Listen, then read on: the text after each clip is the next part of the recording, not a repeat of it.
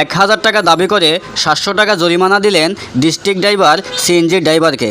আজ সকাল 10টা 30 মিনিটে শ্রীমঙ্গল থেকে মৌলভীবাজার যাওয়ার সময় আজ আমি বড় একটি দুর্ঘটনা থেকে বেঁচে গেলাম। আমি বসেছিলাম সিএনজির সামনে বাম পাশে, সিএনজির পেছনে প্যাসেঞ্জার ছিল।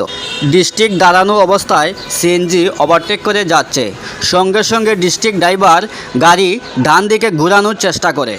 তখন সিএনজি স্পিডে ছিল, তখন সিএনজি ড্রাইভার সিএনজির স্টার্টিং ডান দিকে কাটে। ডিস্ট্রিক্টের সামনের বাম্পার সিএনজির বাম পাশে ধাক্কা লাগে। যদি ধাক্কাটা আরেকটু জোরে লাগতো তাহলে সিএনজি উল্টে যেত।